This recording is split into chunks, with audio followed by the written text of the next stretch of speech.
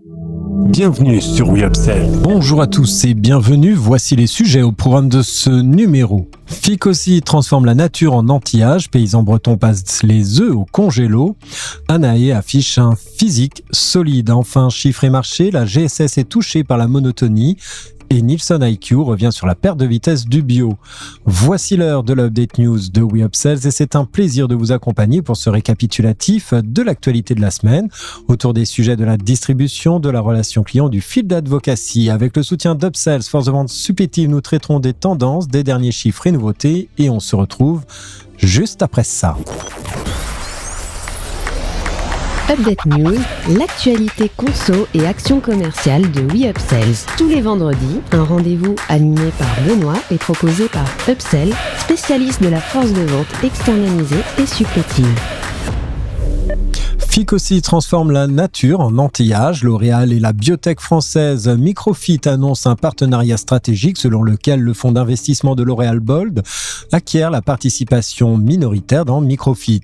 Cette opération s'inscrit pleinement dans la stratégie de la recherche et de l'innovation de L'Oréal dans le domaine des sciences vertes. Celle-ci repose sur de nombreux partenariats stratégiques avec des startups innovantes dans le secteur des biotechnologies en France et à l'international. Cette politique volontariste est au cœur des objectifs que L'Oréal s'est fixés pour 2030 dans le cadre de son programme de développement durable, avec notamment l'objectif de proposer 95% des ingrédients biosourcés issus de minéraux abondants ou de procédés circulaires. Une occasion pour Microfit de renforcer également sa feuille de route stratégique. La marque créée en 2007 vient par ailleurs de concevoir Ficossi, un bioactif inédit apparaissant comme une solution durable pour prévenir les premiers signes du vieillissement.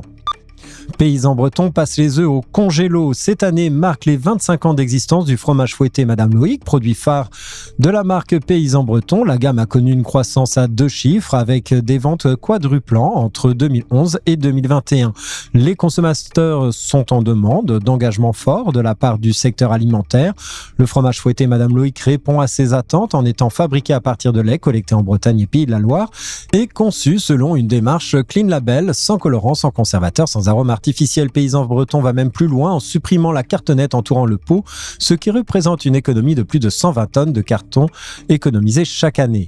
Enfin, Paysans bretons a récemment annoncé son intention de lancer une nouvelle gamme d'omelettes surgelées individuelles notées B au Nutri-Score à la fin de l'année 2023.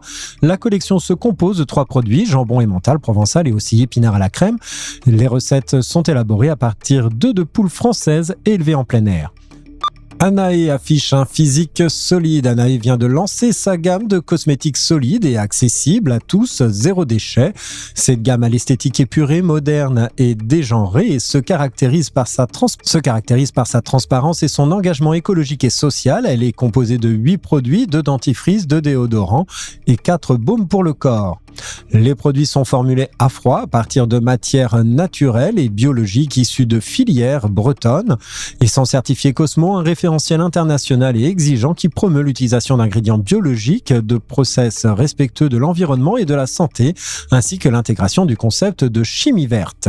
Les produits sont conditionnés dans des verres et coupelles réutilisables signés Duralex, qui éliminent le suremballage et font gagner du temps et de l'argent aux consommateurs. Anae a pour vocation de démocratiser les cosmétiques solides et économiques. Elle choisit des procédés de fabrication simples, sans eau, inspirés du DIY et des contenants éco-responsables et réutilisables. Enfin, Anae travaille en partenariat avec des entreprises bretonnes et locales pour proposer des produits de qualité et relocaliser les processus de fabrication. Elle met en lumière les matières premières biologiques et d'origine naturelle issues de filières bretonnes.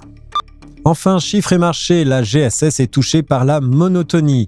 Selon l'indice mensuel de Procos, la Fédération du commerce spécialisé, l'activité des magasins des enseignes du commerce spécialisé durant la période de novembre 2022 a été légèrement supérieure à celle de 2021 avec plus 1,4%.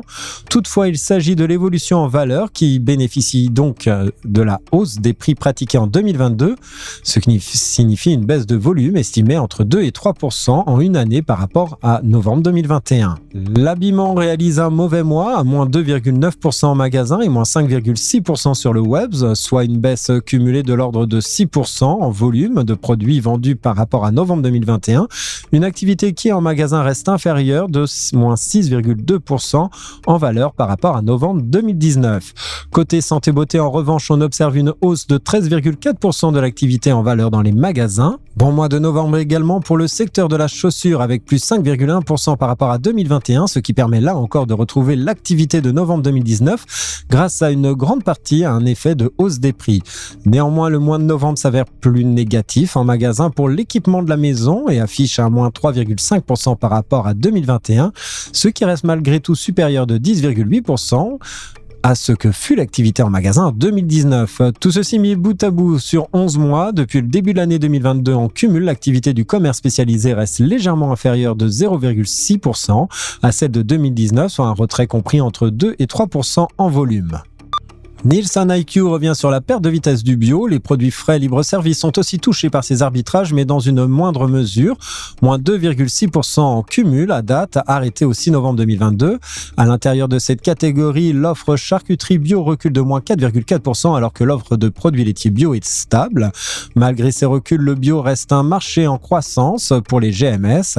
Ainsi, si l'on compare les cumuls du 6 novembre 2021 à ceux du 6 novembre 2022, le bio enregistre plus 6% de chiffre d'affaires en PGC et plus 0,7% en frais libre-service.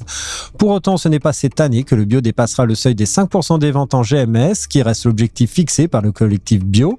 Avec ce recul inédit des ventes en bio, c'est donc une nouvelle étape qui commence pour le marché des produits labellisés AB en GMS. Pour s'adapter à l'évolution des comportements des consommateurs, il convient désormais pour les acteurs de la grande distribution de repenser leur offre et leur stratégie de communication, une adaptation qui exige de s'adresser à une clientèle plus large que les adeptes du bio à travers des produits plus variés, plus innovants et plus accessibles. Merci de votre écoute et nous nous retrouvons la semaine prochaine. En attendant, abonnez-vous à la chaîne et au podcast de WeUpsells pour ne manquer aucune actualité. Enfin, n'hésitez pas à commenter et à réagir sur les sujets. Les équipes d'Upsell et moi-même, nous vous souhaitons d'excellents moments à tous.